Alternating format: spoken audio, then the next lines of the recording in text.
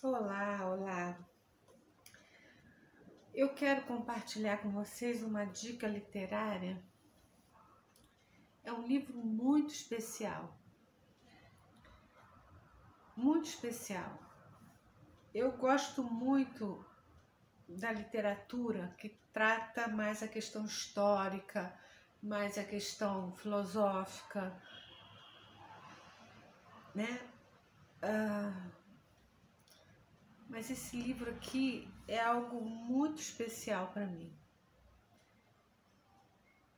Na verdade, o meu primeiro contato não foi com o livro, foi com a médica, com a doutora, num áudio que eu vi, num vídeo que eu vi, a doutora Ana Cláudia Quintana Arantes. Ela é uma médica que tem uma especialidade muito específica e que a maioria das pessoas não quer. Não quer trabalhar, não quer conviver, não quer, se puder, passar longe. A doutora Ana Cláudia, eu conheci, se eu não me engano, no período, assim que eu fui diagnosticada com esclerose múltipla e que eu fiquei sem andar 3 anos, e essas coisas que a gente fica vendo na internet, e eu não sei como, me chegou um vídeo dela, eu achei assim, uma coisa fantástica. Eu falei, gente, se nós passássemos a ver a vida assim, tudo seria diferente, né?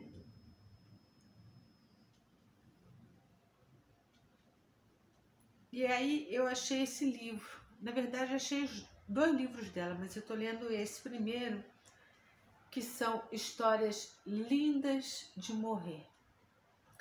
A doutora Ana Cláudia, ela trabalha com pacientes terminais, os quais não tem mais o que ser feito.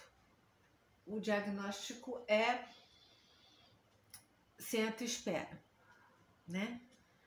E esse é um tempo muito difícil para quem está passando, para o paciente em si, para os familiares, para os amigos. É um momento muito difícil, acredito que até para os médicos, porque é muito delicado você lidar com um caso que não tem nenhuma perspectiva, não tem nenhuma alternativa que possa trazer alguma solução, né? É você ir conduzindo e esperando que a morte chegue.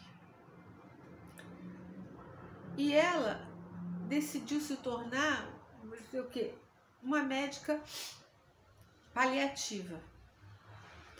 O que é uma médica paliativa? Ela pega esses pacientes que não tem mais o que ser feito, não tem mais tratamento que dê jeito, não tem mais nenhuma gota de esperança. É o fim. São pacientes terminais, é o fim. E ela se dedica com tanto carinho a eles em tratá-los da melhor forma possível,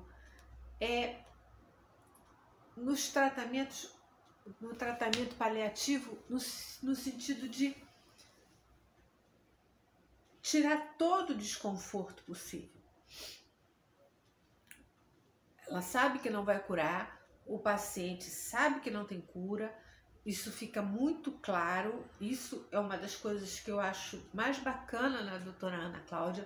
Ela é uma coisa bem clara. Ela, o paciente, ela e a família, todos estão sabendo que não tem cura.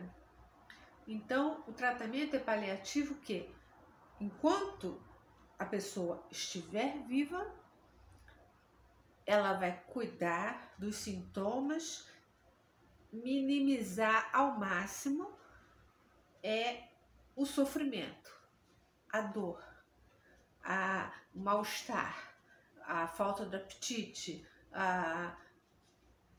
o que for.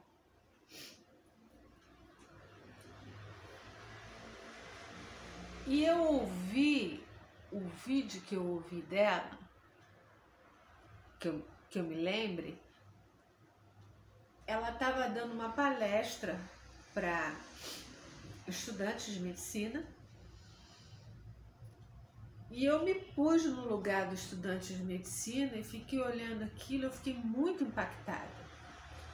E eu já tive algumas experiências de cuidar de pessoas em estado terminal ou numa situação de dúvida se era terminal ou não e muito complicado.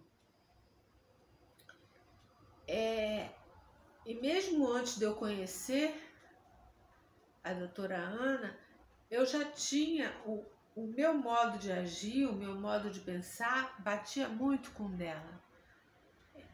Sabe?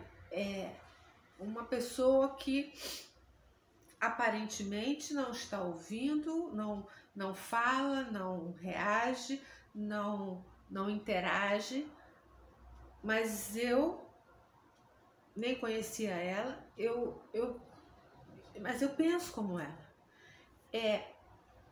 Eu tratava a pessoa como se ela estivesse me ouvindo, como se ela estivesse me entendendo. Denise, não adianta falar, ele não ouve. Ou melhor, ele ouve, mas não junta mais, não reage. Eu dizia, não faz mal. Eu chegava lá, olá meu amigo, como é que tá e tal. Olha, vou arrumar aqui teu travesseiro. Olha, vamos. Hoje eu vou ajudar a trocar tua fralda.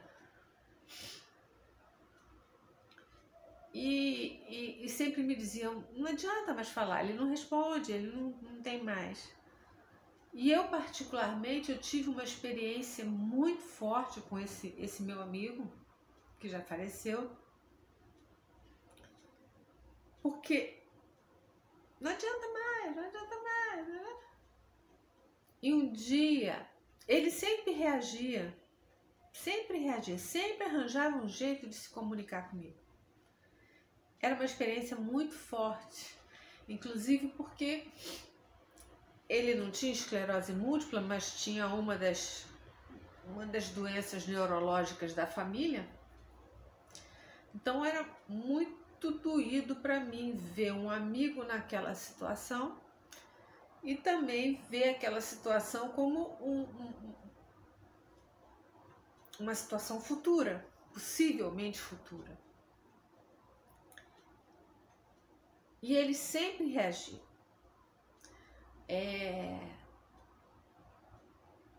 Todas as vezes que eu presenciei, por exemplo, a esposa trocando a fralda, ou que eu fiquei com ele no hospital, foram poucas vezes. Óbvio, a esposa sempre ficou com ele, nunca deixou ele sozinho, mas às vezes ela tinha que ir em casa e tal.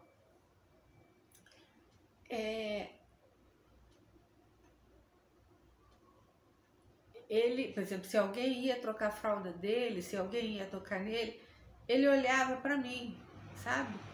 E eu dizia, ó, fica tranquilo, a moça vai fazer isso, a moça vai fazer aquilo e tal. Até que um dia a gente teve uma situação muito particular. Ela precisou sair, ela tinha que ir atrás de uns documentos, essas coisas que... os papéis que a gente tem que ir a cartório, tem que não sei o que, essas coisas complicadas da vida. E não tinha quem ficasse com ele, não tinha como, e ela pediu para eu ficar com ele. Eu fiquei. E cheguei lá, conversando com ele e tal, a dificuldade de dar alimentação para ele. Nessa época, eu acho que ele já estava com a sonda alimentar aqui na barriga, né? E antes, quando era para ingerir, também muito complicado. E aí, ela deixou ele não na cama, mas no sofá. mais baixo que a cama, aquelas poltronas que abre assim, né? Abre em três, né? O encosto, o assento e as pernas. Só que aquilo é baixo, é mais baixo que a cama. E eu tava olhando, já tava passando muito tempo, eu falei, essa fralda não vai aguentar, não vai aguentar, eu vou ter que trocar a fralda, mas eu pensava, eu com problema na coluna, eu pensava como é que eu vou fazer, como é que eu vou fazer. E ele, eu falei, já tava vazando urina. Eu falei, amigo, eu vou ter que tocar sua fralda, porque ele não respondia, mas tinha atos reflexos, né? Mexia o braço, e às vezes lá ia um safanão na gente, né? Ele, como estava mais baixo que a cama, que uma cama normal, eu não tinha apoio nenhum, não tenho coluna para isso. Ele era um homem pesado, magérrimo, mas pesado, a ossadura dele pesada. Eu falei para ele, eu conversei com ele, eu falei, olha, nós vamos trocar essa fralda. Você me ajuda? Aí fui para a cozinha, eu vou ser bem franca, eu chorei, porque eu vi que eu não ia conseguir. Eu chorei, eu bebi um copo d'água, voltei sorridente para a sala, falei, vamos lá, meu amigo, só quero te pedir uma coisa. Eu não sei fazer isso, então preciso da sua ajuda. Ele não tinha mais movimento nenhum, a não ser esses espasmos com o braço, né? Então não adianta assim, vira para lá, levanta um pouquinho, esquece, tinha que ser tudo no braço, no muque. Eu falei para ele, olha, vamos combinar duas coisas. Você, se eu estiver te machucando, eu não me lembro se foi um ou dois, eu falei, você pisca 2 vezes. Se eu não estiver te machucando, você pisca uma vez só, normal. E eu falei para ele, procura conter os braços. Ora, para quem não entendia, para quem não respondia, para quem não interagia, ele cruzou os braços, conseguiu cruzar os braços e ficou com o olhinho fechado o tempo todo. E quando eu perguntava, tô te machucando, tá te incomodando? Ele ficava com o olhinho fechado. Foi uma luta para trocar aquela fralda, porque eu não conseguia levantar, eu não conseguia virar e ainda tinha que limpar. Então, a primeira fralda eu perdi, mas eu consegui e ele colaborou muito, só ele. Não sentir dor, né? E poder me ajudar sem me dar os safanões, porque imagina no meio disso tudo eu ainda ter que levar safanão. Então, assim, eu sei que o que ela fala aqui é real. Então, ela conta nesse livro histórias belíssimas, histórias lindas, lindas mesmo, da interação que ela tem. Ela conta alguns relatos que ela traz, a relação dela, da equipe, principalmente dos estudantes, né? O aprendizado que se tem com as pessoas nessa situação. O que as pessoas... você pensa que você está ensinando, você não está ensinando, você está aprendendo. E ela, com um respeito muito grande à história das pessoas, à vida das pessoas, à religião ou à falta dela, né? Tem um caso aqui de um rapaz, de um senhor ateu, e que sugere a ela, pede a ela a eutanásia. E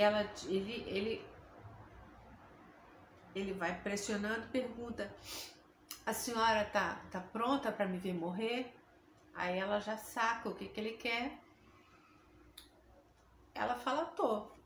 E o senhor? Tá preparado para viver até a morte? Aí quebrou o cara, né? Dali desenvolveu uma relação de aprendizado muito grande, ela, ele, os familiares, os pacientes, e é muito forte. Ela narra uma outra história muito forte de um rapaz que era morador de rua e foi parar lá. Tá muito frio aqui no Rio, então dá alergia.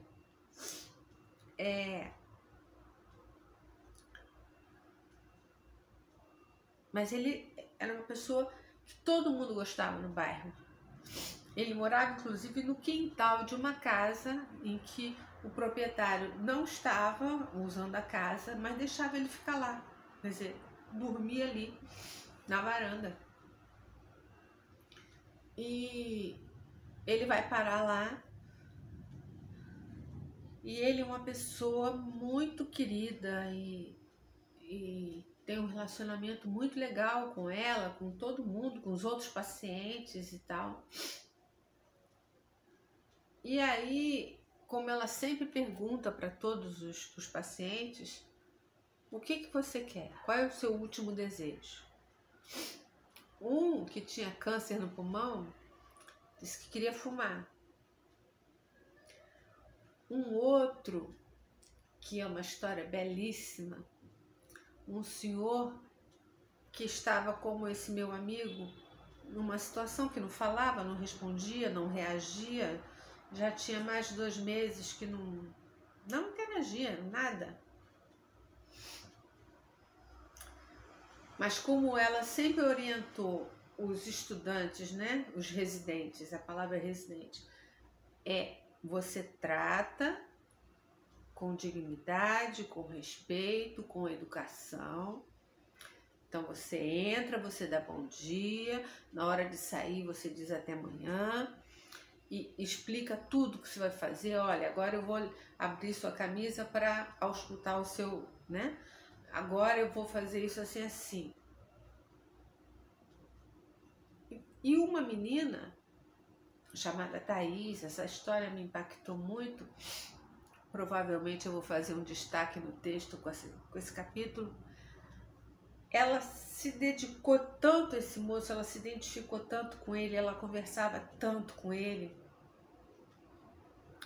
que um dia ela já conversava com ele como se fossem velhos amigos, né? E aí um dia ela pergunta para ele: o que o senhor quer? O homem já não falava, já não reagia. E ele diz: ele fala champanhe. Aí ficou aquele silêncio assim, né? E ela falou assim: eu não ouvi direito, o que o senhor quer mesmo? Ele falou champanhe. Porque no dia seguinte era o dia que ele era o dia que ele comemorou os 50 anos de casado. Então ele queria champanhe.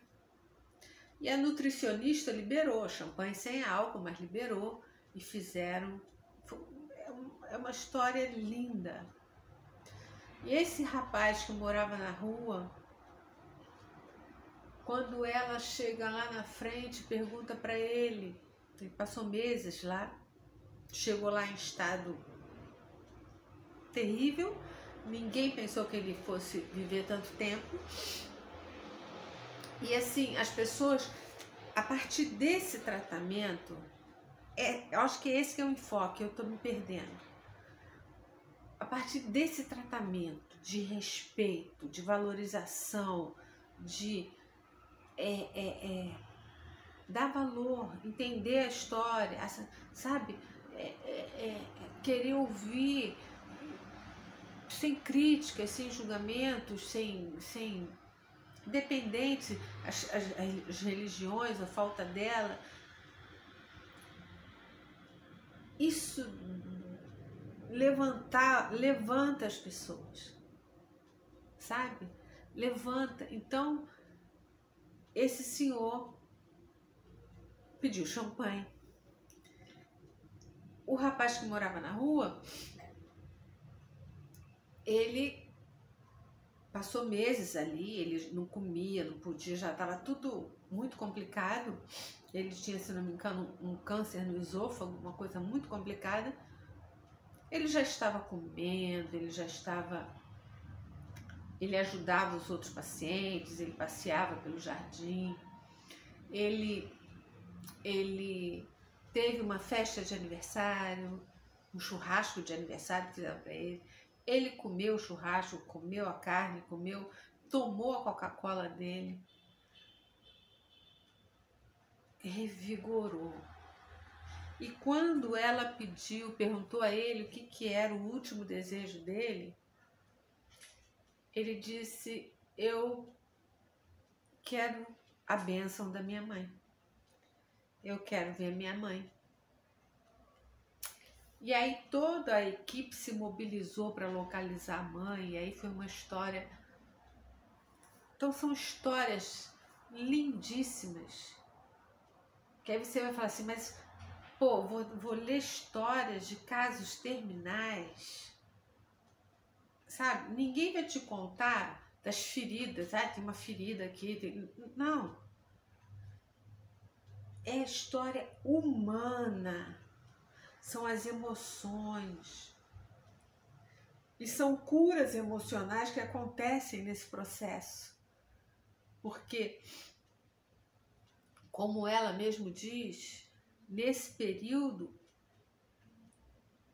havendo esse tratamento de respeito, de interação e tudo, é o tempo que a pessoa tem para fazer um balanço da vida, reconciliações, fazer, sabe? São histórias belíssimas, são lindas, são histórias lindas de morrer, sabe? De verdade. E é de fazer a gente chorar, mas não de tristeza. A gente não fica triste. A emoção que nos causa não é tristeza, porque a gente fica vendo o quadro médico do paciente. Não. A gente acompanha a história emocional do paciente, a superação, sabe? Aquele que não falava, fala, aquele que não comia, come, aquele que chegava lá só tinha uma semana, um mês de vida, passou meses lá. Porque, vamos falar a verdade, ser tratado com amor, com respeito, ser tratado com interação, ter alguém que queira te ouvir, ter alguém que quer interagir com você, que ouve, que pergunta, que quer saber, que responde claramente, sem subterfúgio, mas responde. Se você perguntar, a pessoa responde para você. Isso é o que todo mundo quer, estando ou não em estado terminal. Então, essa doutora, para mim, é uma pessoa assim que eu amo. Eu amo. Talvez se a gente conviver, se a gente convivesse, talvez não desse liga. Mas eu amo pelo respeito que ela tem à vida, que ela tem aos seres humanos, o tratamento que ela dá. Isso aqui não tem preço. O trabalho que a doutora Ana faz não tem preço. Não tem. Então essas histórias, elas mexem muito com a gente porque mexem com as nossas próprias histórias. Eu não consigo ler uma história sem fazer uma alta viagem aqui. Então eu me estendi muito porque é um livro muito especial, muito especial. É uma leitura imprescindível. E não é um livro para você dar para sua mãe, para você dar para sua avó, não. Também, mas é um livro para você. Para a gente ter essas histórias lindas de morrer a partir de agora. Não só nos últimos momentos. Gente, beijo no coração e no mais, boa leitura. Excelente leitura.